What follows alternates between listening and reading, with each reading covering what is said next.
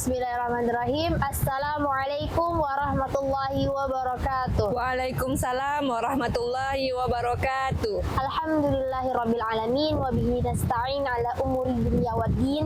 Assalatu wassalamu ala asyrafil anbiya'i wal mursalin sayyidina Muhammadin wa ala alihi wa sahbihi rasulillah ajmain. Apa kabar sahabat Amida semuanya? Semoga senantiasa dalam lindungan Allah, diberikan kesehatan dan dikaruniakan berbagai macam nikmat dari Allah Subhanahu wa taala. Baik, pada hari yang cerah ini kita kembali bersama Umi Riza. Iya, Kita Nisa. sapa dulu Umi Riza. Assalamualaikum Umi. Waalaikumsalam Nisa. Apa kabar Umi? Alhamdulillah sehat. Alhamdulillah. Jadi Umi, pada hari ini Bincang Amida mau mengulik kisah teladan dari Nabi Ibrahim alaihissalam. Karena seperti yang kita ketahui, ini kan udah di akhir bulan Dzulqa'dah dan sebentar lagi akan masuk bulan Dzulhijjah, yang mana bulan tersebut itu sangat identik dengan kisah dari Nabi Ibrahim alaihissalam. Baik Nisa. Baik Umi, mungkin kita bisa mulai dari bagaimana sih Umi kisah kecil dari Nabi Ibrahim alaihissalam yang mungkin kita bisa teladani. Baik Nisa, kita mulai cerita ya. Assalamualaikum warahmatullahi wabarakatuh. Alhamdulillah hari ini kami dari Amida dapat bertemu kembali dengan sahabat-sahabat semuanya. Nah di sini nih seperti yang Nisa sampaikan tadi, kita akan cerita nih mengingat kembali cerita-cerita kisah Nabi, yaitu tentang Nabi Ibrahim. Nah kita ambil nih dari kisah Nabi Ibrahim kecil. Kita ketahui Nabi Ibrahim ini lahir pada saat kerajaan Namrud ya, ada Raja Namrud. Nah pada saat itu Nabi Ibrahim pada saat lagi dalam kandungan ibunya Nisa. Jadi seperti yang kita ketahui bersama, dihilangkan atau harus dibunuh nih kalau ketemu dengan anak bayi yang lahir itu laki-laki. Jadi ayahnya Nabi Ibrahim yang bernama Azar, beliau sebagai pembuat patung berhala. Beliau mempunyai usul bagaimana kalau ibunya Nabi Ibrahim itu melahirkannya di sebuah gua. Nah, di tempat pengasingan, tempat persembunyian supaya bisa selamat dari Raja Namrud. Nah, singkat cerita setelah Nabi Ibrahim kecil lahir, tumbuh di dalam gua, beliau melihat sekelilingnya. Jadi ada rasa penasaran nih, sebenarnya siapa sih Tuhannya kita gitu. Nabi Ibrahim memperhatikan alam, kemudian beliau melihat matahari. Pada saat matahari bersinar cerah, Nabi Ibrahim mengatakan, oh ini nih Tuhan kita, ini Tuhan yang aku cari. Nah ternyata pada saat matahari tenggelam, Nabi Ibrahim berkata, ini bukan Tuhanku. Nah setelah itu beliau juga melihat benda-benda yang lain seperti bulan purnama. Pada saat bulan purnama terang, beliau mengatakan bahwa ini Tuhannya. Tapi setelah itu kembali gelap dan ini bukan Tuhannya. Tuhanku tidak seperti itu. Nah kita juga pernah mendengar bagaimana dengan kecerdasannya beliau memotong atau berhala-berhala dan menggantungkan kapak di sebuah patung berhala yang besar. Pada saat orang-orang kafir mengatakan dan siapa nih yang sudah memporak-porandakan berhala kita. Nah, dikatakan lihat saja siapa yang ada kapak di kepalanya. Dan orang kafir itu terdiam sejenak berpikir tidak mungkin sebuah berhala itu bisa memotong atau menghancurkan berhala lainnya. Nah, dengan kecerdasan Nabi Ibrahim seperti itu, beliau bisa membuat terdiam orang-orang kafir tadi. Dan begitu juga dengan melawan Raja Namrud, beliau mendapat mukjizat pada saat dibakar, apinya terasa dingin. Nah, mungkin hikmah yang dapat kita ambil ya dari cerita Nabi Ibrahim sekelumit mengenai perjalanan mengenai melawan Raja Namrud ini, bagaimana kita bisa memetik yang pertama adalah kita menggunakan akal kita nih, menggunakan akal kita untuk melihat sendiri ayat-ayat Allah yang banyak di sekeliling kita. Seperti sekarang mungkin ya, kita bisa melihat laut, bisa melihat indahnya pantai, bisa melihat siapa sih yang dengan kekuatan siapa yang bisa sebentar airnya surut, sebentar airnya pasang. Itu tuh karena siapa? Ya, karena Allah Subhanahu wa taala tentunya. Kalau dengan kekuatan manusia saja mungkin ini tidak akan terjadi. Nah, mungkin itu sekelumit cerita tentang kisah Nabi Ibrahim tentang akidah ya, mencari akidah yang murni gitu. Masya Allah, berarti masih kecilnya Nabi Ibrahim itu sudah mengalami proses yang sangat luar biasa ya Umi ya. Karena di situ juga ada perlawanan. Pertama adalah mencari Tuhan, dan juga ada perlawanan kepada raja yang saat itu sedang berkuasa. Karena kalau kita pikir-pikir juga itu butuh keberanian yang amat besar gitu untuk melawan raja. Mungkin di situ Nabi Ibrahim bakal diancam nyawanya dan lain sebagainya. Tapi Nabi Ibrahim lagi-lagi tidak takut akan hal itu karena keimanan yang udah ada di dalam diri Nabi Ibrahim. Iya, baik Nisa. Jadi mungkin itu yang kisah kecilnya Nabi Ibrahim, Umi. Nah, mungkin Umi ketika Nabi Ibrahim sudah menjadi nabi, udah dewasa dalam artian itu ada nggak lagi nih Umi kisah menarik nih yang bisa kita ambil ibrahnya untuk kehidupan kita sehari-hari? Baik Nisa, mungkin ini ya yang Nisa maksud, sambungannya mungkin cerita masih tentang Nabi Ibrahim tapi tentang keluarganya mungkin ya.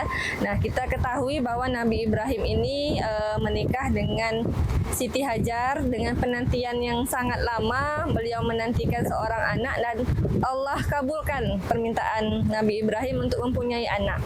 Nah, setelah anaknya lahir yang kita kenal dengan nama Ismail gitu ya, lagi-lagi keimanan Nabi Ibrahim alaihissalam ini diuji oleh Allah. Nah, pada saat itu mungkin kita bisa bayangkan ke diri kita sekarang nih, pada saat anak lagi kecil ada Siti Hajar menggendong Nabi Ismail diajak jalan-jalan. Bahasanya sih jalan-jalan awalnya gitu, karena belum tahu. Nah, pada saat jalan-jalan ternyata menuju ke daerah yang sama sekali mereka tidak pernah pergi, dan daerah yang sangat tandus pada saat itu. Nah, kemudian setelah sampai ke situ bukan malah disuruh istirahat segala macam, bahkan Nabi Ibrahim sendiri dengan menahan hati lah ya, menahan hati supaya rela gitu meninggalkan Siti Hajar dan anaknya yang lagi kecil itu di suatu tempat, dan inilah yang kita kenal dengan kota Mekah Al-Mukarramah sekarang. Nah, pada saat itu Nabi Ibrahim alaihissalam dengan tidak sampai hati langsung membalikkan badannya, meninggalkan istrinya dan anaknya. Dan dari sisi Siti Hajarnya, dari sisi istri beliau, mungkin kita bisa ambil ibrah. Tidak nanya yang macam-macam atau tidak merengek seperti kita ya di saya. Dan beliau cuma nanya ya satu, apakah ini perintah Allah gitu? Wah, Masya Allah gitu ya. Apakah ini perintah Allah? Baru langsung dijawab sama Nabi Ibrahim, iya ini perintah Allah. Nah, kalau memang ini perintah Allah, maka tinggalkanlah kami di sini. Nah, dengan optimisnya Siti Hajar mengikhlaskan suaminya pergi dan Siti Hajar tinggal dengan anaknya di daerah tersebut. Nah, kemudian kita sambil hikmah juga pada saat perjalanan Siti Hajar, pengorbanan juga ya, pengorbanan kita mungkin seorang ibu, seorang perempuan pada saat mungkin nanti mungkin Nisa insya Allah nanti akan nikah segala macam, punya keluarga, maka pengorbanannya itu tidak lagi memikirkan diri kita. Nah, itu kita bahas mengenai pengorbanan. Jadi Siti Hajar ini tidak berdiam diri, mungkin menikmati kesakitan dengan berputus asa gitu ya, tapi beliau lari kecil yang Allah abadikan sampai sekarang. Ibadah haji dan umroh itu ada salah satu rukunnya adalah sa'i, berlari-lari kecil di Bukit Safa dan Marwah. Nah, Siti Hajar berlari sebanyak 7 kali untuk mencari air nih, meninggalkan Nabi Ismail ya, Ismail kecil yang tengah menangis karena kehausan. Nah, pada saat itu ternyata Allah berikan rezeki Nabi atau Ismail kecil ini di kakinya, bukan di tempat yang Siti Hajar bolak-balik tadi. Nah, kita kenal sampai sekarang namanya sumur Zam-Zam. Nah, dari sini mungkin kita bisa ambil hikmah dari versi atau dari Bunda Hajar dan Ismailnya, bahwa yang namanya penderitaan atau namanya ujian itu bukan untuk diratapi, tapi kita harus tetap berusaha walaupun dari arah yang kita usaha itu misalkan dari arah A, mungkin Allah kasihnya rezekinya dari arah B atau arah C, dan seperti itu.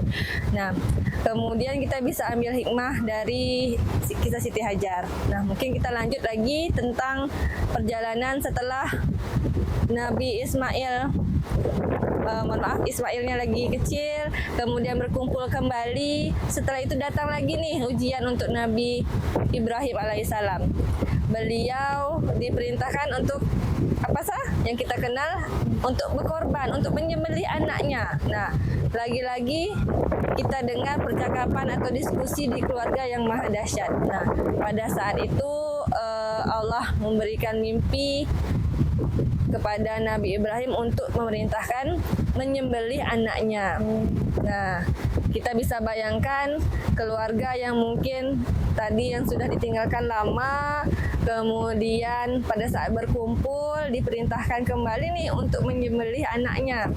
Mungkin coba bayangkan kalau kita sekarang mungkin Gak sanggup nih. kira-kira gimana tuh? Atau mungkin kita sebagai yang ibunya mungkin apa bahasa kita mungkin gitu kan. Nah, lagi-lagi ini diskusi atau perjalanan sebuah keluarga yang memang maha dahsyat. Jadi disampaikan perintah Allah itu kembali kepada Ismail. Nah, apa kata Ismail? Kalau mungkin kita yang sekarang pokoknya mungkin tidak terima pada saat mau menyembelih gitu kan. Tapi pada saat itu perbincangannya dikatakan, disampaikan, kalau itu memang perintah Allah, lagi-lagi kalau perintah Allah maka laksanakanlah. Cuma Ismail minta kepada Nabi Ibrahim untuk menutup matanya atau menutup kepalanya supaya nanti pada saat Nabi Ibrahim ingin memotong leher Nabi Ismail, maka Nabi Ibrahim tidak melihat nih rintihan Ismail ini tadi, sehingga menjadi hatinya menjadi tidak sampai hati gitu, seperti itu. Nah, setelah terjadi diskusi dan terjadi keridoan terhadap kehendak Allah tadi, maka Allah ternyata menggantikan Ismail tadi dengan seekor kibas atau mungkin kambing, sebesar kambing itu ya. Nah, maka perintahnya adalah perintah berkorban. Nah, luar biasa sekali kalau kita lihat di sini bagaimana mungkin kisah Nabi Ibrahim ini, perjalanan dari masa kecilnya, kemudian setelah beliau dapat perintah meninggalkan anaknya, kemudian menyembelih anaknya, semua itu beliau laksanakan dengan ikhlas karena tadi yakin bahwa itu adalah perintah Allah Subhanahu wa taala. Mungkin seperti itu sah. Masya Allah, mendengarkan kisah yang Umi sampaikan mengenai Nabi Ibrahim itu sangat luar biasa ya Umi. Mungkin dari tadi yang Umi jelaskan gimana pengorbanan Nabi Ibrahim meninggalkan istri dan anaknya yang memang itu dari nanti-nanti ya Umi. Mungkin bener lah kata pepatah kalau cinta itu pengorbanan. Itu ada istri dan anak yang sangat dicintai oleh Nabi Ibrahim. Tapi lagi-lagi Nabi Ibrahim mengutamakan cintanya kepada Allah Subhanahu wa taala. Dan itu memang sangat berat kalau misalnya kita merefleksikan dia kehidupan kita saat ini gitu. Tapi kalau lagi-lagi kalau memang keimanan kita kuat kepada Allah, insya Allah bisa kita jalan seperti itu. Kemudian Umi dari perspektif Ibunda Siti Hajar tadi, gimana perjuangannya yang sangat luar biasa, udah bolak-balik Safa Marwah, tapi airnya itu nggak di situ loh Umi. Airnya tuh malah ada di kaki Nabi Ismail seperti itu. Itulah mungkin hikmahnya kita kalau memang berusaha ya usaha saja gitu, mintalah kepada Allah supaya Allah berikan jalan. Perihal nanti bakal diberikan atau tidak ya terserah Allah seperti itu. Dan terakhir tadi Umi yang kisah yang sangat fenomenal yang selalu kita ingat-ingat setiap tahunnya, bagaimana pengorbanan Nabi Ibrahim ketika Allah memerintahkan menyembelih anak kesayangannya, anaknya yakni Nabi Ismail tadi gitu. Tidak nego-nego ya Umi. Apalagi pas anaknya ditanya, Nabi Ismail ditanyai gitu, bagaimana? Karena tadi Nabi Ibrahim tidak langsung nih menyembelih Nabi Tanpa Ismail, kasih tahu ya. Tanpa kasih tahu, tapi dikasih tahu dulu, ditanyai dulu pendapatnya gitu. Masya Allah, sosok orang tua yang sangat luar biasa kita melihat dari sudut pandang itu. Baik Nisa, mungkin itu tadi ya, luar biasa sebuah, kalau kita ambil dari frame-nya tuh frame keluarga Islami, atau kalau sekarang mungkin ya keluarga ya memang mungkin pengorbanan sebuah keluarga dari perspektif ayahnya Nabi Ibrahim, kemudian bundanya Bunda Hajar, Siti Hajar, kemudian anaknya itu ternyata ada komunikasi Nisa. Nah dari situ kita bisa ambil hikmahnya bahwa memang komunikasi itu sangat penting, walaupun mungkin masalah sebesar apapun itu memang harus dikomunikasikan. Kemudian pengorbanan yang kita ambil tadi juga kalau kita lihat dari kehidupan kita sekarang, Umi tertarik tadi kata Nisa bahwa cinta itu memang pengorbanan gitu ya. Mau kita luaskanlah cintanya, bukan hanya kepada perspektif yang sempit, kita ambil cinta itu luas. Nah, memang seperti itu. Kalau berani kita mengatakan kita cinta, berarti itu adalah memang sepaket utuh dengan pengorbanan gitu. Nah, kalau misalkan tanpa pengorbanan, ya memang setiap hari kita ini adalah berkorban. Tapi bagaimana kita supaya korbannya itu tidak korban perasaan. Artinya pengorbanan, bahasanya pengorbanan, tetapi itu kita bagaimana menselaraskannya menjadi kebutuhan kita. Ternyata kita butuh pengorbanan, itu kita butuhkan dalam sehari-hari kita. Nah, mudah-mudahan kita bisa meneladani kisah Nabi Ibrahim dengan mungkin kita dapat mengambil hikmah, kita berkorban, melaksanakan ibadah kurban.